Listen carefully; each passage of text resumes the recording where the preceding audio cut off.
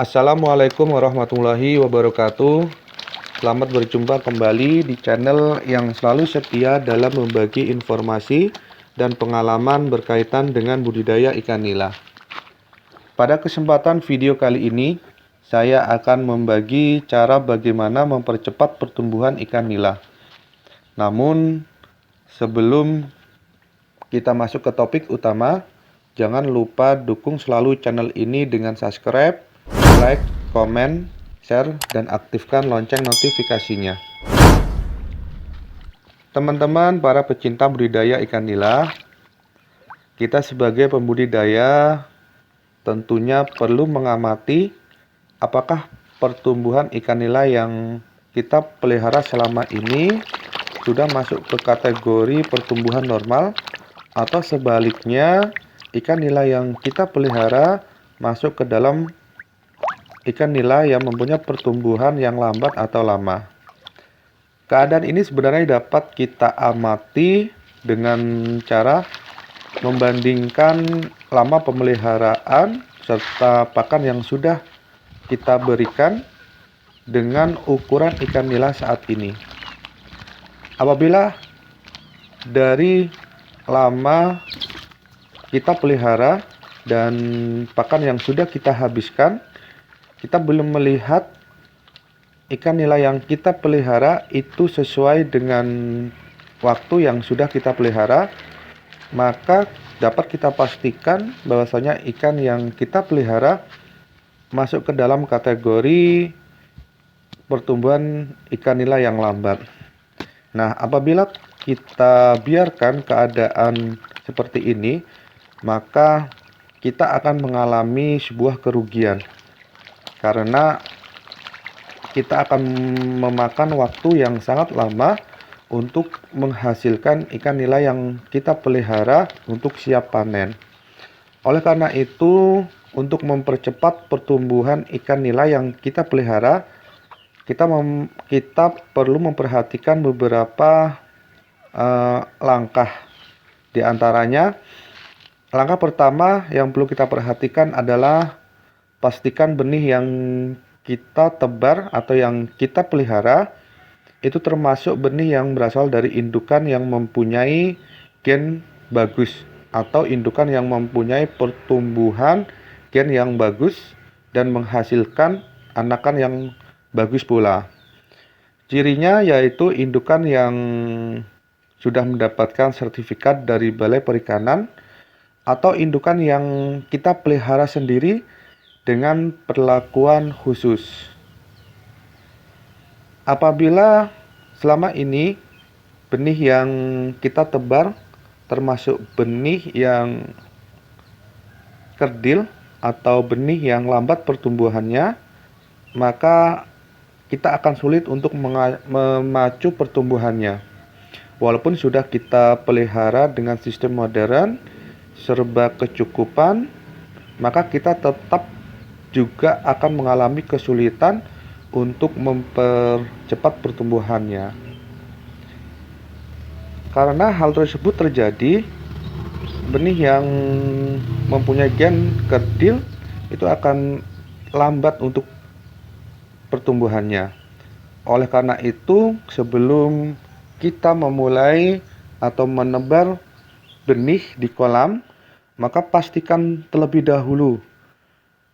Pastikan secara benar-benar bahwasanya ikan yang kita tebar di kolam adalah ikan atau benih yang memang mempunyai pertumbuhan gen yang baik dan cepat. Hal kedua yang perlu kita perhatikan adalah gunakan air yang mempunyai kualitas bagus, tidak tercemar, dan mempunyai kandungan oksigen dan pH yang mencukupi.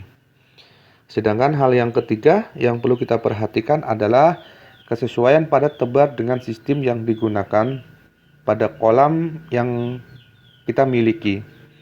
Semakin banyak dan semakin padat benih yang kita tebar, maka semakin lambat pula pertumbuhannya.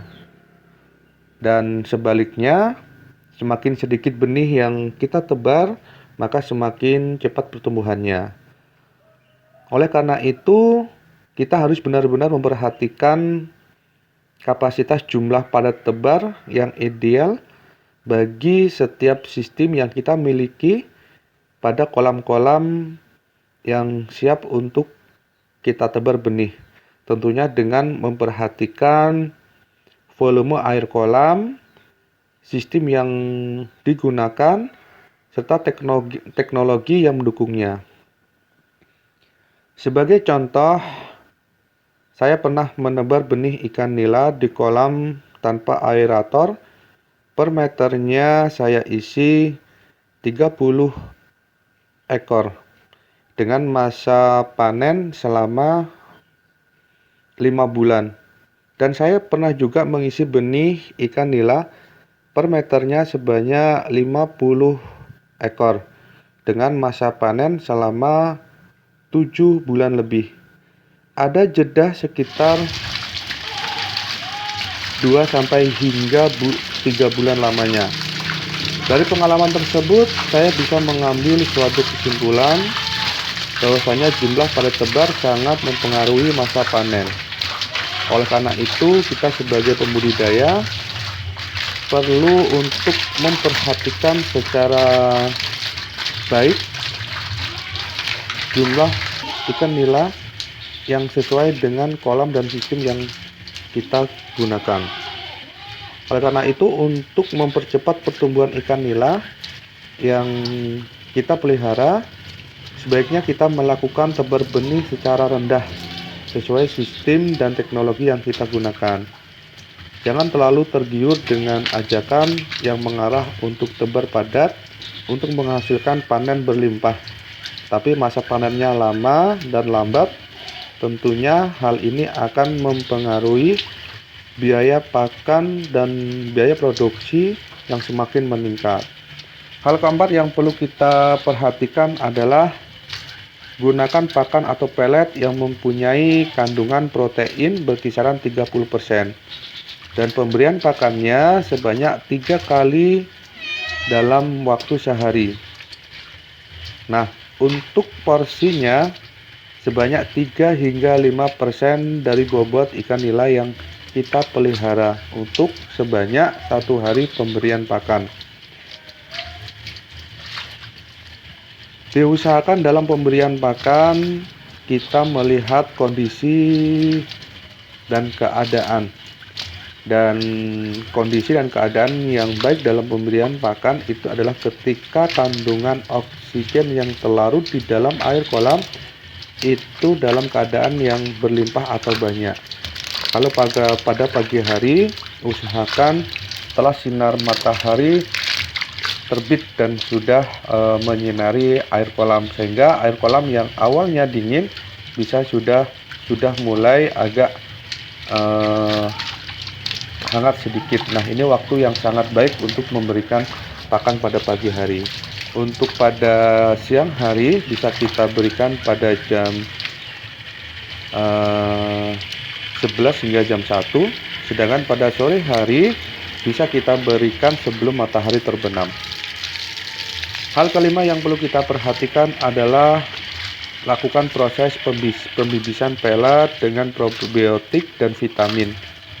Hal ini bertujuan untuk menambah kualitas pakan yang mungkin pakan yang kita berikan itu tidak mengandung unsur yang memang dibutuhkan oleh ikan nila kita, sehingga dengan penambahan probiotik dan vitamin kita bisa mencukupi kandungan pelet tersebut yang dibutuhkan oleh ikan nila kita.